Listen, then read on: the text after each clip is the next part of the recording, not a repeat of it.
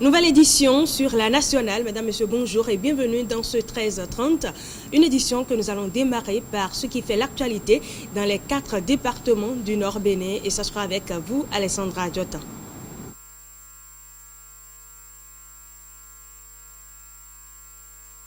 Merci à vous, Fallon. Qui sait ou non pour cette incursion, Madame, Monsieur, dans l'actualité par ici.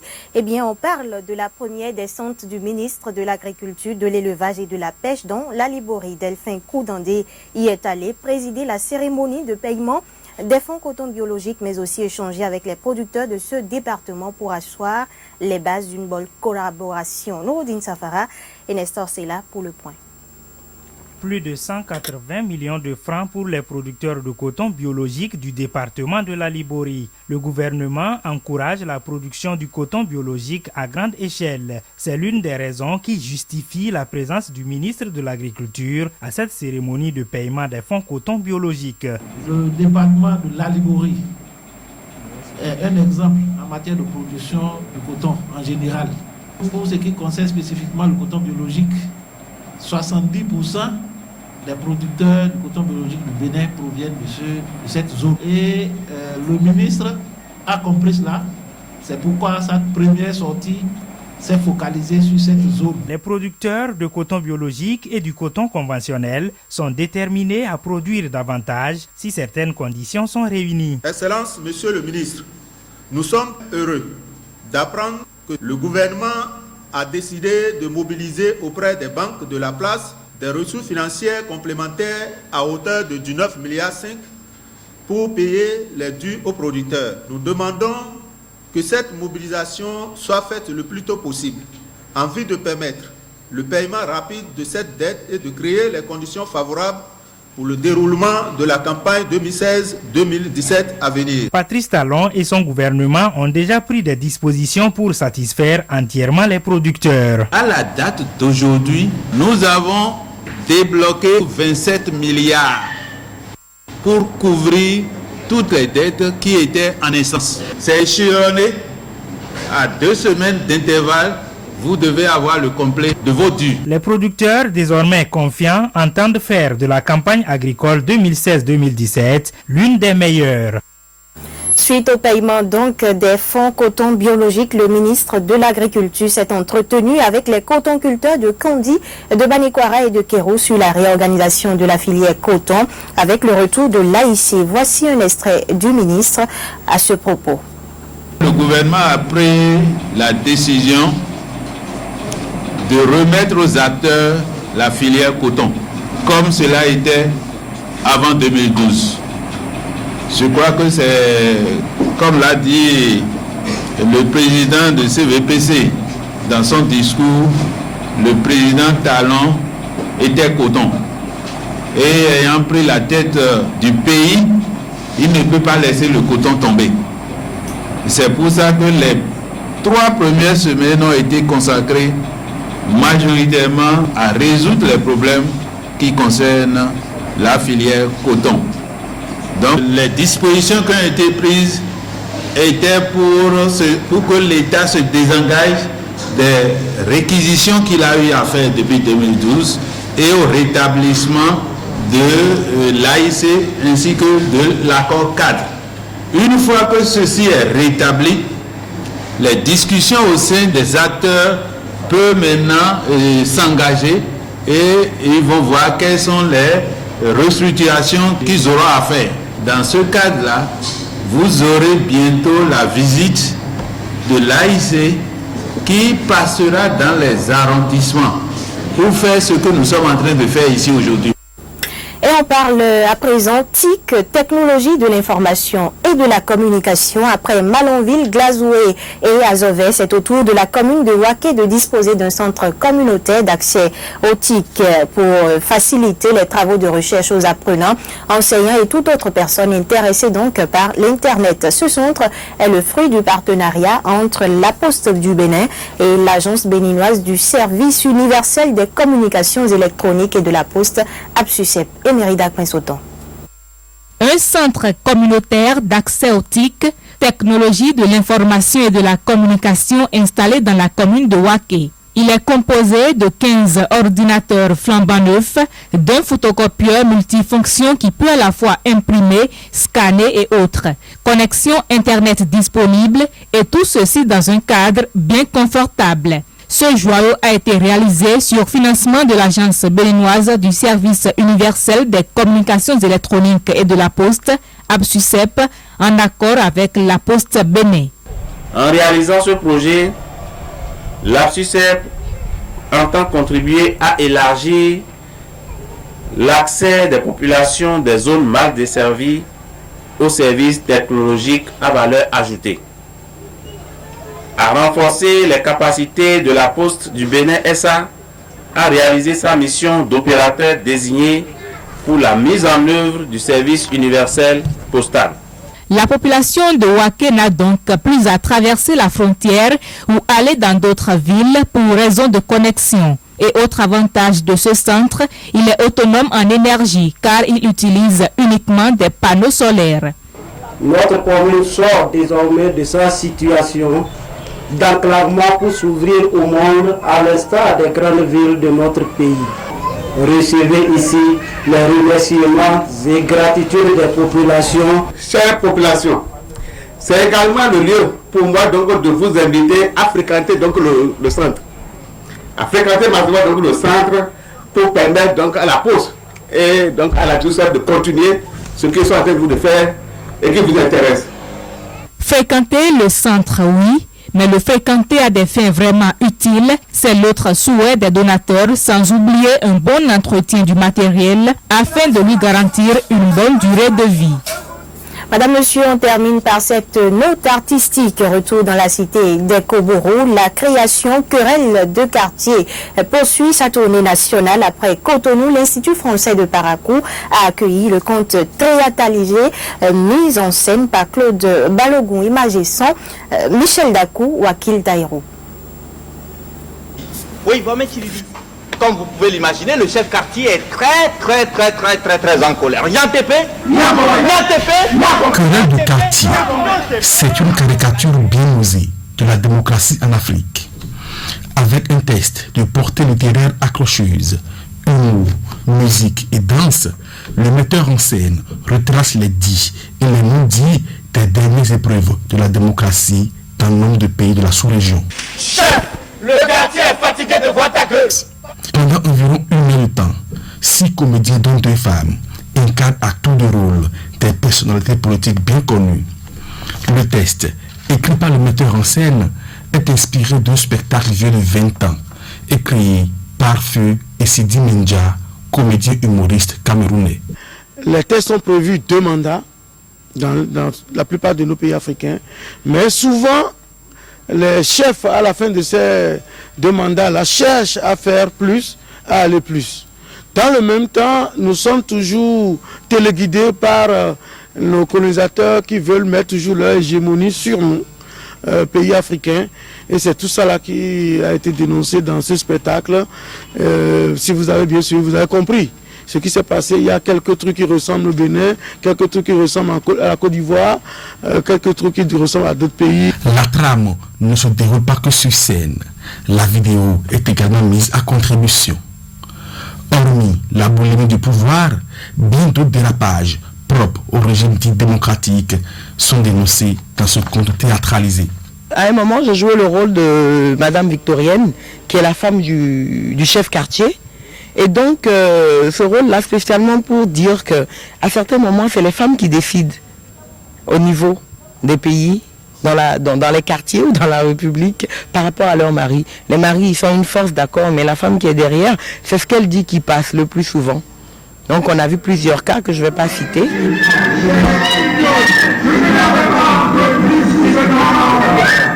Sur place, un public maigre mais très averti. Du point de vue mise en scène du travail, je pense qu'il y a une amélioration dans la qualité du travail. Parce que ce qu'on a suivi il y a quelques mois pendant le FITEB a évolué. Après le FITEB, Querelle de quartier est actuellement en tournée nationale.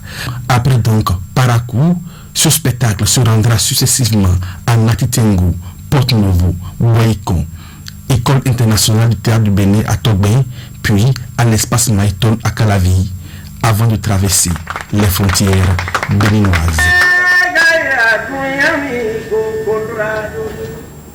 Voilà, ainsi se referme donc cette fenêtre ouverte sur l'actualité dans le Septentrion. Merci à tous de m'avoir reçu. Merci également à vous, Alessandra Djotan, heureuse de vous avoir reçu dans cette édition. Et la journée internationale de la liberté de la presse, on en parle toujours dans le département du Zou. Ce samedi, les professionnels des médias de ce département se sont retrouvés autour d'un dîner de presse, de véritables moments de convivialité que nous relatent ici François Zinsou et Gilles Dansou. Les professionnels des médias du Zou se retrouvent ici pour des instants de bonheur et de partage. La réflexion se mène autour de la journée internationale de la liberté de presse. La presse, maillon essentiel de consolidation d'un État démocratique. C'est une nuit pour nous pour manifester notre joie par rapport à tout ce que nous faisons concernant la presse. La presse est un métier noble. L'Union des professionnels des médias du Bénin UPMB est représentée au plus haut niveau à cette cérémonie de retrouvailles des hommes des médias. Est-ce que la liberté, l'accès à l'information est la chose la mieux partagée dans les structures publiques, parapubliques et privées au niveau du département du Zou? Je ne crois pas. Et c'est pour cela que je voudrais profiter de cette célébration en différé pour inviter nos autorités publiques, le préfet, les maires, inviter les directeurs départementaux, inviter tous ceux qui sont détenteurs de l'information à pouvoir permettre aux journalistes, aux présidents des médias de vérifier leur information et de pouvoir la servir l'information vraie, l'information juste au public. Notre pays regorge aujourd'hui d'éminentes personnalités de presse et nous devons être fiers de cela. Ce n'est pas pour plaire à la presse, mais c'est de dire que lorsqu'on sort du pays, les échos qu'on a sur la presse béninoise sont quand même des échos d'éloges. Je voudrais donc en ces moments de fête profiter pour dire que le mot doit être exhortation. Exhortation à plus de rigueur, à plus de professionnalisme dans ce qui est fait et ce qui est bien fait. Le quatrième pouvoir est ainsi célébré. Et nous restons toujours dans le département du Zou, mais cette fois-ci à l'église Christ-Roi de Djimé à Abomey, où la fête de l'Ascension a été célébrée de façon particulière. Un match de football a opposé l'équipe féminine de la paroisse à celle des hommes. Au finish, les hommes l'emportent 4-2. Gilles Dansou nous propose quelques temps forts de la rencontre.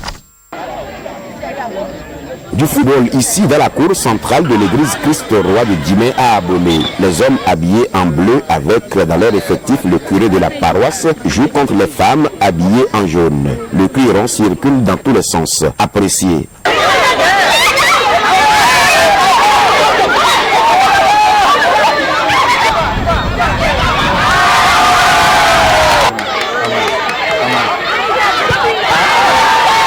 Au finish, 4 buts contre 2 en faveur des hommes. Au thème de la rencontre, quelques réactions. Les femmes aussi sont capables de jouer au ballon. Et c'était très beau à voir, tout le monde s'est bien éclaté et on était tous très contents. Les femmes se sont à un moment donné fait aider par des femmes beaucoup plus jeunes ce qui leur a permis de revenir dans le score. Sinon, je pense que c'était parti pour peut-être un 10-1 ou un 10-2. Nous ne sommes pas habitués au match avant. Avant, moi, je n'ai jamais joué. Je n'ai jamais joué. Même à l'école, je n'ai jamais joué. Donc, je ne m'intéresse pas au sport. Donc, comme c'est une fête, nous voulons nous réjouir. Je pense que cette initiative a rejoint le but de rassembler les gens pour vivre des moments de sérénité, de joie, de partage, de convivialité ensemble. Et c'est important pour la famille. Ce match avait pour but de nous réunir comme des enfants d'une même famille. Et vous avez vu tout à l'heure, la joie était au rendez-vous. Et ça nous a permis de vivre une après-midi de gaieté, de joie, dans un fair play, dans une fraternité que vous avez constatée. Une manière de célébrer la montée du Christ vers les cieux. On est maintenant à Porto Novo pour faire la liaison avec l'antenne régionale où nous allons retrouver Olive Oussougoué. Avec elle, il sera question des nouvelles des départements de l'Ouémé Plateau. Olive Oussougoué, bonjour. Chers téléspectateurs, merci de nous accepter chez vous pour les informations en provenance des départements de l'Ouémé et du Plateau. Rebondissement dans la crise à la DEC. Direction des examens et concours, enseignement secondaire à Porto Novo. Un chef-service dénonce une demande d'explication pour avoir exprimé ses opinions sur la situation à la DEC au cours d'une émission radiophonique le week-end écoulé. Suivons un extrait de sa déclaration. Je suis un militant des droits de l'homme et tous les 7 mai, nous commémorons l'anniversaire de lutte contre la torture et le bâillonnement des libertés dans notre pays. C'est à cette occasion que certains amis journalistes m'ont abordé.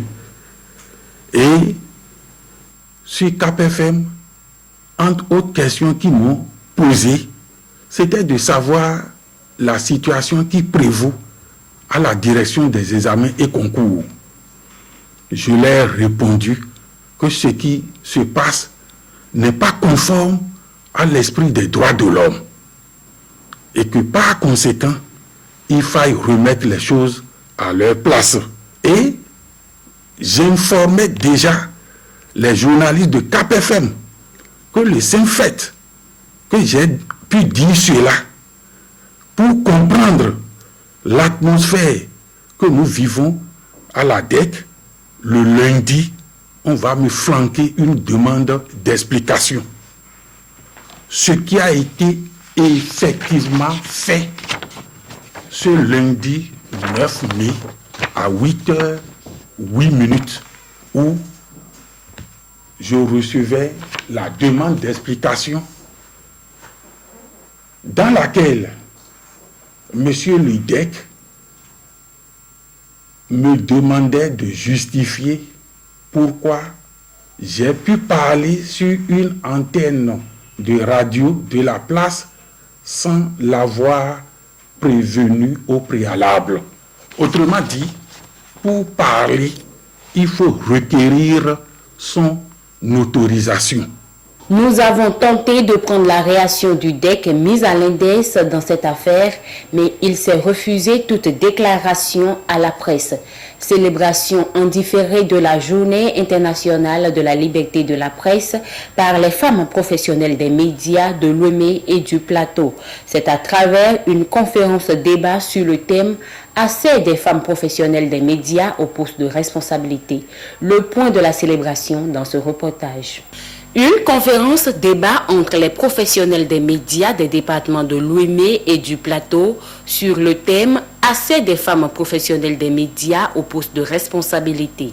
C'est une initiative de la cellule des femmes de l'UPMB, section Ouémé Plateau, qui célèbre en différé le 3 mai, la journée internationale de la liberté de la presse. Est-ce que c'est pas parce que les hommes ne veulent pas se faire diriger par les femmes dans les rédactions ? Oui, qu'on cherche de prétextes pour les écarter. Parti du constat selon lequel les femmes sont présentes dans tous les types de médias, il en ressort que sur son patron de presse, seulement 13 sont de sexe féminin. Une situation qui n'est pas spécifique au contexte béninois. Les femmes qui émergent à Hollywood, aux États-Unis, font 17%.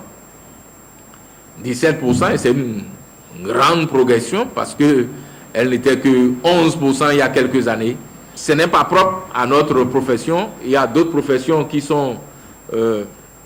qui subissent également cette discrimination, ce défaut de parité. Avant cette activité, la cellule des femmes de l'UPMB, section Wémé Plateau, était dans le centre d'accueil et de protection des filles d'Aklomissirité pour partager quelques instants de bonheur avec ces filles. On s'est dit, on ne va pas s'arrêter, on ne va pas que échanger chaque année entre nous, professionnels des médias, mais cette liberté d'expression, puisque ce sont des enfants qui ont besoin aussi de s'exprimer autrement, cette liberté d'expression, nous allons la partager avec nos enfants, avec ces enfants qui sont en situation difficile. La cellule des femmes de l'UPMB, née en 2011, au-delà de sa vocation première, la valorisation du potentiel féminin dans les médias, veut aussi, à travers de telles initiatives, participer à l'éducation de la jeune fille. Culture, pour finir, la fondation Aoi Mollet va au secours des symboles culturels et culturels du royaume d'Idini dans la commune de Kétou. Le président de la dite fondation s'est en effet rendu dans ce royaume en fin de semaine écoulée. Guillaume Avienou, Brice Mongbo, nous font le point. Le palais royal de Kétou accueille le président de la fondation Aoi Mollet et sa suite. Une visite de courtoisie avant de mettre le cap sur le palais royal d'Idini, l'un des arrondissements de Kétou. La localité regorge de symboles d'un royaume jadis puissant dont la notoriété avait résonné loin de ses frontières. Le président de la fondation Aoi Mollet, reçu avec les honneurs dus à son rang, est venu voir de ses propres yeux des symboles de la puissance du royaume d'Idini, transformés aujourd'hui en site touristique. On a trouvé les divinités que les gens ne regardent plus. Notre objectif, c'est pour encore réveiller ça et refaire pour que ça ait une bonne chose. Parce que nous, on ne voulait pas de mal, de mauvaises choses. Parce que quand on ne regarde pas les divinités, on laisse les divinités et rien faire, ça rentre en ville. Laurent Kolaole Ayoine milite depuis des années pour la restauration et la préservation des valeurs culturelles et cultuelles des royaumes du plateau. Des valeurs qui constituent l'identité des filles et fils descendants de Odoudoua, menacés de disparition, qu'il faut réhabiliter selon lui. Et Idini devrait en donner le top. Le petit projet que je peux donner pour le moment, dans un mois, je dois poser un statut de créateur de Dini au milieu de palais. Ça sera fait dans un mois. Un engagement qui devrait renforcer la coopération entre le royaume d'Idini et la fondation Aoi Mollet, pense le roi Atanda Arolak Badé II. C'est une fondation à qui la royauté peut déjà avoir confiance pour reprendre la culture, parce qu'on en a déjà trop perdu. Après la colonisation, il y a trop de changements, donc il faut un retour à la base. C'est avec l'espoir de revenir bientôt que le président de la fondation Aoi Mollet et sa suite seront partis. C'était l'essentiel de l'actualité ici dans les départements de Lomé et du Plateau. Merci de nous avoir reçus. Nous vous retournons l'antenne. Merci également à vous, Olive Oussougoué. Ce sera tout pour cette édition aussi. Merci à vous qui l'avez suivi et à très bientôt.